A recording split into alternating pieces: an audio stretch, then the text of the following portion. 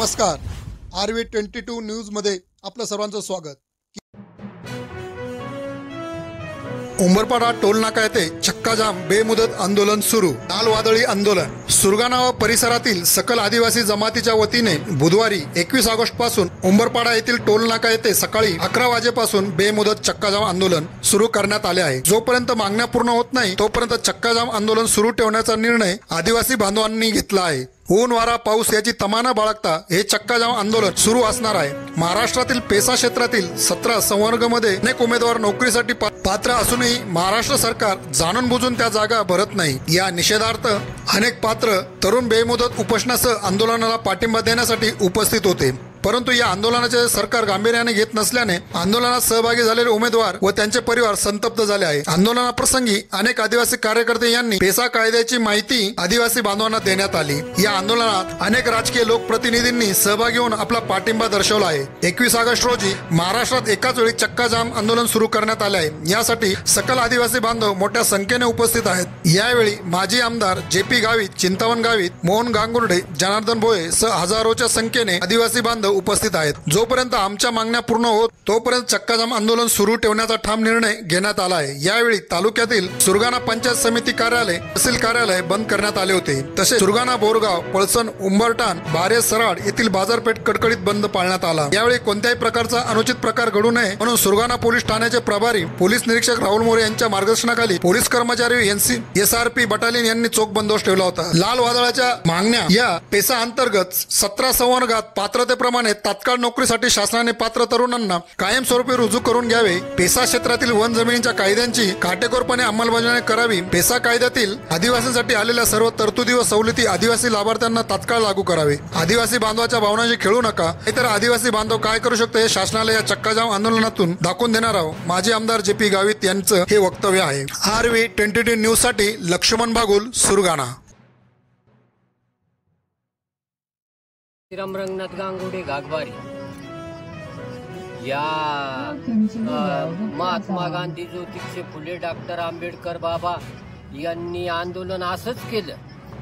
असं केल्यावर आम्हाला धर्माचा आधार आरक्षण दिला, धर्माचा आरक्षण दिला, त्याची काहीच चीज होत नाही, सरकार करत नाही।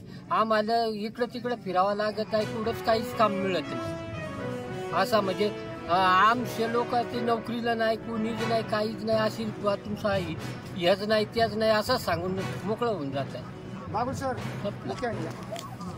निर्णय घेतलेला आहे जे काही पोरं नाशिकमध्ये पेशा भरतीच्या संदर्भामध्ये उपोषण करतात, परंतु शासनाने आजपर्यंत त्यांची कुठलीही दखल न घेतल्यामुळं आज इथं सर्व आदिवासी बांधवांना रस्त्यावर उतरायची वेळ आलेली आहे। आणि म्हणून शासनाने त्याचा त्वरित विचार करावा आणि आमच्या आदिवासी बांधवांच्या जे पेशा भरती अंतर्गत येणाऱ्या ज्या 17 वर्गातल्या जागा आहेत त्या भराव्यात असं आमचं मत आहे।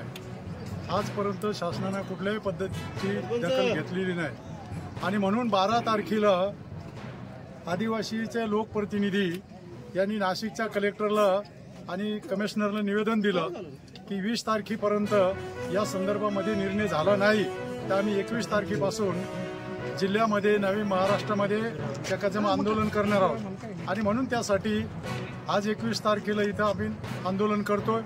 जोपर्यंत हा निर्णय लागत नाही तोपर्यंत हे आंदोलन चालू राहील, अशा पद्धतीचं आजचं आंदोलन आहे। मी भाऊराव राऊत, माजी सरपंच बोरगाव। आज टोल नाक्यावर पेसा कायदा अंतर्गत आम्ही धरणे आंदोलनासाठी बसलेलो आहे। बिगर पेसा क्षेत्रामध्ये मुलांची नेमणुका झाल्या, त्यांना ऑर्डर दिल्या, त्यांना रोजीरोटी मिळाली त्या विद्यार्थ्यांना, परंतु आदिवासी क्षेत्रामध्ये जे पात्र आहेत, तलाठी असतील, ग्रामसेवक असेल, अंगणवाडी असेल, शिक्षिका असतील, त्यांच्या तात्काळ सरकारने नेमणुका कराव्यात आणि त्याही कायमस्वरूपी कराव्यात असं मी या आदिवासी संघटनेतर्फे सरकारला निवेदन करत आहे। आणि जर निर्णय आला नाही तर हे आंदोलन चालू राहील का? नाही, निर्णय नाही आला तर हे बेमुदत राहील। आम्ही इथून उठणार नाही, पाऊस येऊ नाही तर काय येऊ। आज पूर्ण महाराष्ट्रामध्ये पेशा अंतर्गत 17 संवर्धनामध्ये जे पदभरती आहे ते प्रत्येक ठिकाणी इतर समाज बांधवांची भरती झालेली आहे आणि आमचे आदिवासीचे जे रिक्त पद आहेत त्यांची आजूपर्यंत भरती स्थगित करण्यात आलेली आहे। त्याच्यासाठी इथं आम्ही रस्ता रोको आंदोलनासाठी सगळे आदिवासी बांधव एकत्र झालेलो आहे आणि आम्ही आमचे हक्क आणि न्यायासाठी आमच्या संविधानामध्ये जे आमचे हक्क आहे त्याच्यासाठी आम्ही लढणार आणि जोपर्यंत आमचे समाज बांधवांची आमच्या मुलांची नोकरीमध्ये जोपर्यंत भरत्या होत नाही तोपर्यंत जे नाशिक इथं जे गोलक क्लबमध्ये मुलं जे उपोषणाला बसलेले आहेत त्यांचे सपोर्टसाठी त्यांचे पाठिंब्यासाठी आम्ही आज इथं एकत्र झालो आहे। जोपर्यंत आमचा हक्क आम्हाला भेटणार नाही तोपर्यंत आम्ही इथं रस्ता रोको आंदोलनासाठी उपस्थित राहू। जय आदिवासी। કરી સકીન માને સમાજसाठी ઈસાન આજ 2020 ના હાત या प्रत्येक निमानमा लागूला पाहिजे कमा माने समाजासाठी काय करी सका हा आणि आज खरंच ती वेळ हा या समय हा की तुम्ही आपले संविधानमा जो आपली 5वी आणि 6वी अनुसूची साठीची लिखा ते कायदा आणि त्या नोकऱ्या आपल्या मिळी सकतील त्यांना प्रयत्न करूला यो आज आपला दिवस हा आणि खरंच आज तुम्ही जागा हो नाहीतर इथून पुढे आपल्याला वाट दाखवणारा कुणी राहणार नाही। मला 2 शब्द तुम्ही ऐका त्याबद्दल सगळ्यांना आभार। जय आदिवासी। जय आदिवासी। माणसं आहेत ते घाटावरचे मोठ्या संख्येने आहेत।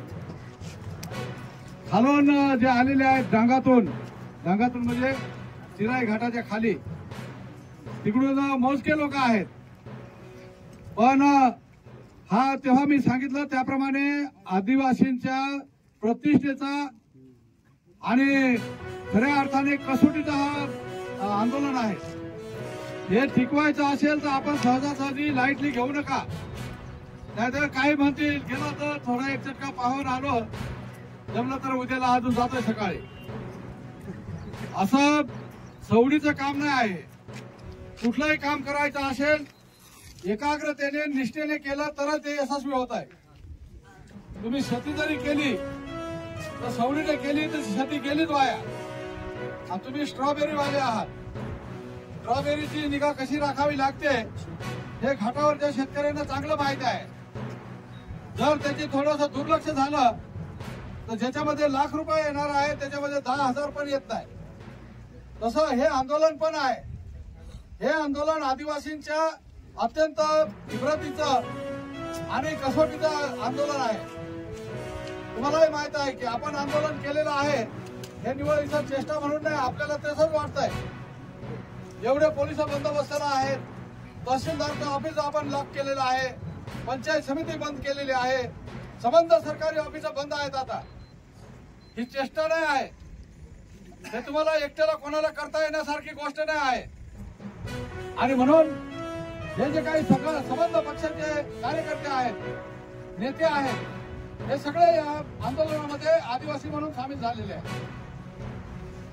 राजकारण येईल तेव्हा पाहू काय करायचं ते पण आमच्या आदिवासींचा प्रश्न जेव्हा येतोय त्यावेळेस राजकीय विचार बाजूला ठेवून राजकीय झेंडा बाजूला ठेवून सगळे एकत्र येऊन आदिवासींच्या प्रश्नावर लढले पाहिजेत आणि कोणी आदिवासी असेल त्याला न्याय मिळाला पाहिजे।